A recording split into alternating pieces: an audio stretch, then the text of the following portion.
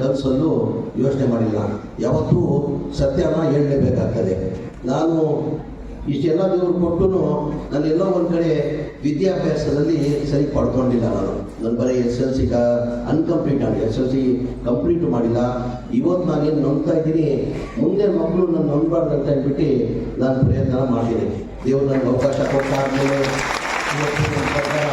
ಕಾಂಗ್ರೆಸ್ ಸರ್ಕಾರ ಬಂದು ನನ್ನ ಒಂದು ಮಂತ್ರಿ ಅವಕಾಶ ಸಿಕ್ಕಾದ್ಮೇಲೆ ಮೈನಾರಿಟಿ ಇಲಾಖೆಯಲ್ಲಿ ನನಗೆ ಮೈನಾರಿಟಿ ಮತ್ತು ವಸತಿ ಮತ್ತು ವಕ್ಫ್ ನನ್ನ ಇಲಾಖೆ ಮಂತ್ರಿಯನ್ನು ಜವಾಬ್ದಾರಿ ಸಿಕ್ಕಾದ್ಮೇಲೆ ನಾನು ಸ್ಪೆಷಲಿ ನಮ್ಮ ಸರ್ಕಾರ ಬಂದಾದಮೇಲೆ ನಾವು ಎಜುಕೇಷನ್ ಕಡೆಯೇ ಗಮನ ಜಾಸ್ತಿ ಕೊಡ್ತಾ ಇದ್ದೀವಿ. ಏನಕ್ಕೆ ಎಜುಕೇಷನ್ ಇಲ್ಲಾಂದರೆ ಮನುಷ್ಯ ಏನೂ ಮಾಡೋಕ್ಕೆ ಸಾಧ್ಯ ಆಗಲ್ಲ ಅಂತ ಹೇಳ್ಬಿಟ್ಟು ಎಜುಕೇಷನಲ್ಲೇ ಗಮನ ಕೊಡ್ತಾ ಇದ್ದೀವಿ.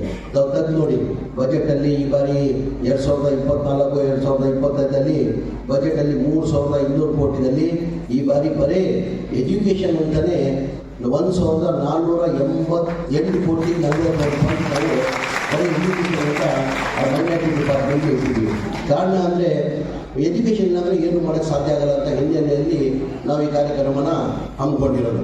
ನಾವು ನಮ್ಮ ಸರ್ಕಾರ ಬಂದಾದಮೇಲೆ ತಮಗೆಲ್ಲ ಗೊತ್ತೇ ಇದೆ, ಹೀಗೆ ಕೇಂದ್ರ ಸರ್ಕಾರದಿಂದ 1ನೇ ತರಗತಿಯಿಂದ ಹಿಡ್ಕೊಂಡು 8ನೇ ತರಗತಿವರೆಗೂ ಸ್ಕಾಲರ್ಶಿಪ್ಪನ್ನು ಕೊಡ್ಕೊಂಡು ಬರ್ತಾಯಿದ್ರು. ಭಾಳ ವರ್ಷದಿಂದ ಒಂದು 60 ವರ್ಷ ಹಿಂದಿನಿಂದನೇ ಇಂದಿರಾ ಗಾಂಧಿ ಕಾಲದಿಂದನೇ ಆ ಸ್ಕಾಲರ್ಶಿಪ್ಪನ್ನು ಕೊಡ್ಕೊಂಡು ಬರ್ತಾಯಿದ್ರು. ಹೋದ ವರ್ಷದಲ್ಲಿ BJP ಸರ್ಕಾರದಲ್ಲಿ ಆ ಸ್ಕಾಲರ್ಶಿಪ್ಪನ್ನು ನಿಲ್ಲಿಸ್ಬಿಟ್ಟು ಇಡೀ ದೇಶದಲ್ಲಿ ಕೊಡ್ತಾಯಿದ್ರು.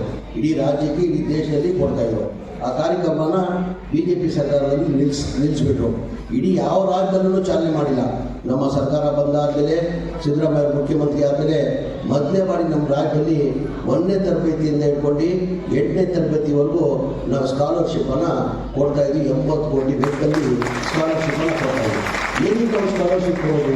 1ನೇ ತರಗತಿ ಸ್ಟೂಡೆಂಟ್ 1ನೇ ತರಗತಿಯವ್ರಿಗೆ 1,000 ರೂಪಾಯಿ ಏನೋ ಆಗ್ತದೆ.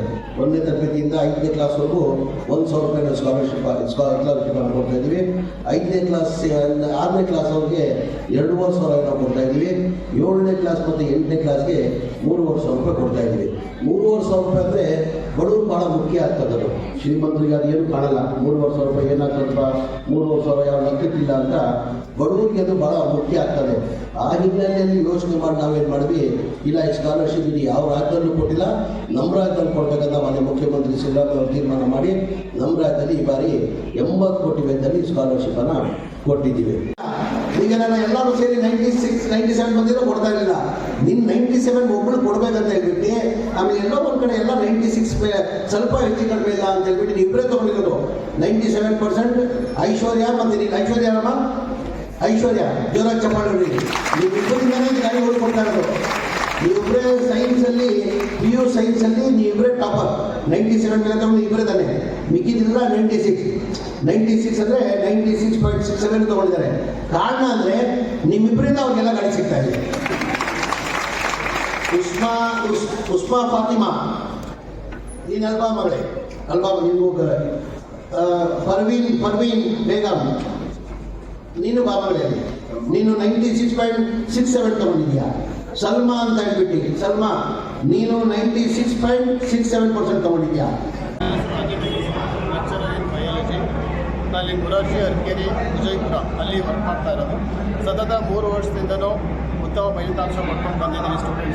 ಸ್ಟೂಡೆಂಟ್ಸ್ಗೆಲ್ಲ ತುಂಬ ಚೆನ್ನಾಗಿ ಪ್ರಾಕ್ಟೀಸ್ ಕೊಟ್ಟು ಕ್ಲಾಸಸ್ಸೆಲ್ಲ ತೊಗೊಂಡು ಎಲ್ಲ ರಿಸಲ್ಟ್ ಎಲ್ಲ ಚೆನ್ನಾಗಿ ಬಂದಿದೆ.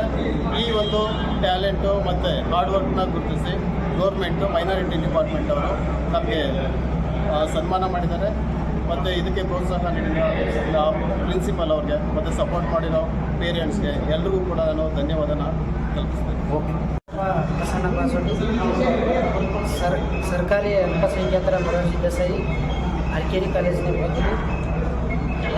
ನಮ್ಮ ರಾಜ್ಯ ಮಟ್ಟದಲ್ಲಿ ಅತ್ಯುತ್ತಮ ಗಣಿತ ಉಪನ್ಯಾಸಕ್ಕೆಂದು ಆಯ್ಕೆ ಮಾಡಿದ್ದಕ್ಕೆ ಅಲ್ಪಸಂಖ್ಯಾತರ ಕಲ್ಯಾಣ ಇಲಾಖೆ ಹಾಗೂ ಕರ್ನಾಟಕ ಸರ್ಕಾರಕ್ಕೆ ಧನ್ಯವಾದಗಳನ್ನು ತಿಳಿಸುತ್ತೇವೆ. ಹಾಗೂ ಗಣಿತ ವಿಷಯದಲ್ಲಿ 8 ವಿದ್ಯಾರ್ಥಿಗಳು 100ಕ್ಕೆ 100 ಅಂಕಗಳನ್ನು ತೆಗೆದುಕೊಂಡಿದ್ದಾರೆ. ಅದಕ್ಕಾಗಿ ಗುರುತಿಸಿದ್ದಾರೆ. ನನಗೆ ತುಂಬ ಹೆಮ್ಮೆಯಾಗಿದೆ ಈ ಉಪನ್ಯಾಸಕ ವೃತ್ತಿಯಲ್ಲಿ ಮುಂದುವರಿದಿದ್ದಕ್ಕೆ. ಧನ್ಯವಾದಗಳನ್ನು ತಿಳಿಸುತ್ತೇನೆ. ನಿಮ್ಮ ಮುಂದಿನ ಕನಸುಗಳೇನು?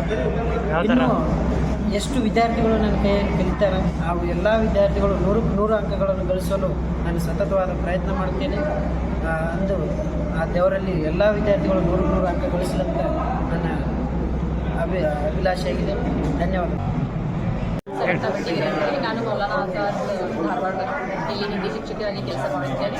ನನಗೆ ಈ ಪ್ರಶಸ್ತಿ ಬಂದಿರೋದು ತುಂಬ ಹೆಮ್ಮೆಯಾಗಿದೆ. ಇದೇ ಥರ ಇನ್ನೂ ಹೆಚ್ಚೆಚ್ಚಾಗಿ ಪ್ರಶಸ್ತಿಗಳನ್ನು ತಗೊಳ್ಳೋ ಥರ ಕೆಲಸ ಮಾಡಬೇಕು ಅಂತ ಇದು ನನಗೆ ಮೋಟಿವೇಟ್ ಮಾಡ್ತಾ ಇದೆ. ಇಷ್ಟು ಹೇಳಿ ಸರ್ಕಾರಕ್ಕೆ ಹಾಗೂ ಇಲಾಖೆಗೆ ಹಾಗೂ ನನ್ನ ಪ್ರಾಂಶುಪಾಲರಿಗೆ, ನಮ್ಮ ಸಹೋದ್ಯೋಗಿಗಳಿಗೆ, ಇತರ ಮತ್ತು ನಮ್ಮ ಮನೆಯವರಿಗೆ ಇದರ ತಿಳಿಸ್ತಾ ಯಾವ ಸಬ್ಜೆಕ್ಟ್ ಓದಿಸ್ತಾ ಇದ್ರಿ? ನಾನು ಹಿಂದಿ ಸಬ್ಜೆಕ್ಟ್ನ ಗುರುತಿಸಿ ಅವಾರ್ಡ್ ಕೊಟ್ಟಿದ್ದಾರೆ. ಸರ್ಕಾರಕ್ಕೆ ಏನು ಹೇಳಕ್ಕೆ ಬರ್ತೀರಾ ಮತ್ತು ಇವರು ಪ್ರಾಂಶುಪಾಲ ಹೇಳ್ತಾರೆ, ಹಿಂದೆ ಏನು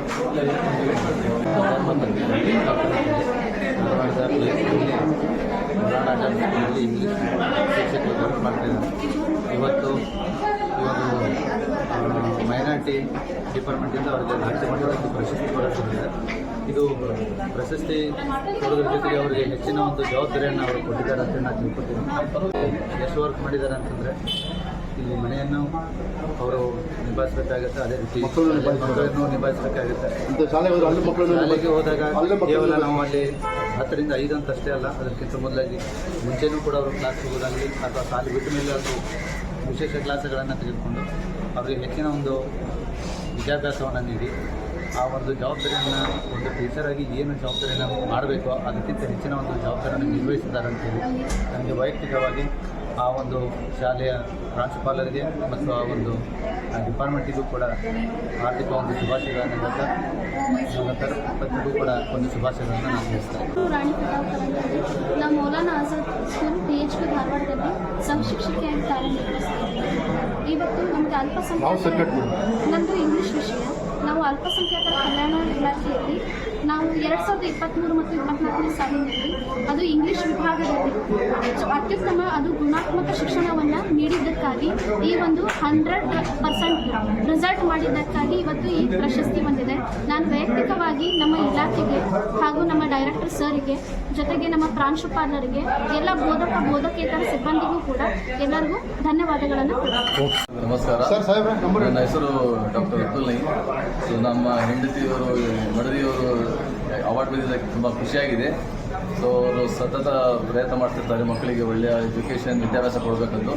ಸೊ ಅವರು ಮನೆಯನ್ನು ನಿಭಾಯಿಸಿಕೊಂಡು ತಮ್ಮ ಒಂದು ಉದ್ಯೋಗವನ್ನು ನಿಭಾಯಿಸಿಕೊಂಡು ಕಷ್ಟಪಟ್ಟು ತುಂಬ ದುಡಿದಿದ್ದಾರೆ. ಅವರ ಮುಖ್ಯೋಪಾಧ್ಯಾಯರು ಮತ್ತು ಎಲ್ಲ ಶಿಕ್ಷಕರು ಎಲ್ಲರೂ ಒಂದು ಮಕ್ಕಳ ಒಂದು ಸಮೃದ್ಧಿಗೆ ಅವರ ಒಳಿತಿಗಾಗಿ ದುಡಿದೋದಕ್ಕೆ ಇವತ್ತು ಭಗವಂತ ಕೊಟ್ಟಿದ್ದ ಫಲ ಎಂದು ನಾನು ಅನಿಸುತ್ತೇನೆ. ಸೊ ಇನ್ನು ಮುಂದೆ ಕೂಡ ಸರ್ಕಾರದವರಾಗಲಿ ನಮ್ಮ ಶಿಕ್ಷಕರಾಗಲಿ ಅವರು ಇದೇ ರೀತಿ ತಮ್ಮ ಒಂದು ಹಾರ್ಡ್ ವರ್ಕ್ ಮತ್ತು ಅವ್ರ ಪ್ರಯತ್ನವನ್ನು ಮಾಡಲಿ, ಎಲ್ಲ ಮಕ್ಕಳಿಗೆ ಒಳ್ಳೆಯ ಶಿಕ್ಷಣ ಕೊಡಲಿ, ಮಕ್ಕಳಿಗೂ ಇದೇ ರೀತಿ ಒಳ್ಳೆ ಪೋಸ್ಟ್ಗಳು ಒಳ್ಳೆ ಅವಾರ್ಡ್ಗಳು ಬರಲಿ ಅಂತ ನಾನು ಹಾರೈಸ್ತೇನೆ. ಶಾಜಾನ್ ಶೆಟ್ಟಿ ಮೌಲಾನಾ ಆಜಾದ್ ಸ್ಕೂಲಲ್ಲಿ ಸೈನ್ಸ್ ಟೀಚರ್ ಆಗಿ ವರ್ಕ್ ಮಾಡ್ತೀನಿ. ಯಾವ ಊರು madam? Dharwad. Maulana Azad school Dharwad science teacher ಆಗಿ ವರ್ಕ್ ಮಾಡ್ತೀನಿ. ಸರ್ಕಾರಿ ಒಂದು ಶಿಕ್ಷಕರಿಗೆ ಗುರುತಿಸಿ ಒಂದು ಉತ್ತಮ ಶಿಕ್ಷಕರಿರೋದು ತುಂಬ ಸಂತೋಷ ಅನಿಸ್ತದೆ. ಇದೆಲ್ಲ ಸಿಕ್ಕಿರೋದು ನಮ್ಮ ಮುದ್ದು ಮಕ್ಕಳಿಂದ. ಅವರು ಚೆನ್ನಾಗಿ ಫಲಿತಾಂಶ ನೀಡಿರೋದ್ರಿಂದ ನಮಗೆ ಗುರುತಿಸಿದ್ದಾರೆ. ಅದಕ್ಕಾಗಿ ಈ ಒಂದು ಪ್ರಶಸ್ತಿಯಿಂದ ನಾನು ನನ್ನ ಮುದ್ದು ಮಕ್ಕಳಿಗೂ ಮತ್ತು ನನ್ನ ತಂದೆ ತಾಯಿ ಮತ್ತು ನನ್ನ ಫ್ಯಾಮಿಲಿ ಇವ್ರಿಗೆ ನಾನು ಅರ್ಪಿಸಲಿಕ್ಕೆ ಅವರೊಂದಿಗೆ ಹಂಚಿಕೊಳ್ಳಿಕ್ಕೆ ಸಂತೋಷ. ಇನ್ನು ಮುಂದೆ ಇಂಥ ಒಳ್ಳೆಯ ಫಂಕ್ಷನ್ಸ್ ಎಲ್ಲ ಚೆನ್ನಾಗಾಗಲಿ, ನಮಗೆ ಮೋಟಿವೇಟ್ ಆಗಲಿ.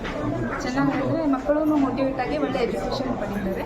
ನಾವು ಕೂಡ ಚೆನ್ನಾಗಿ ಮುಂದೆ ಮಾಡೋಣ ಅಂತ.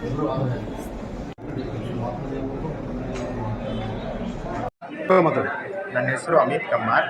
ನನ್ನ ಹೆಂಡತಿ ಸವಿತಾಗೆ ಇವತ್ತು ಬೆಸ್ಟ್ ಟೀಚರ್ ಅವಾರ್ಡ್ ಸಿಕ್ಕಿದೆ ಹಿಂದಿ ಸಬ್ಜೆಕ್ಟಲ್ಲಿ, ಸ್ಟೇಟ್ ಲೆವೆಲ್ ಅವಾರ್ಡ್.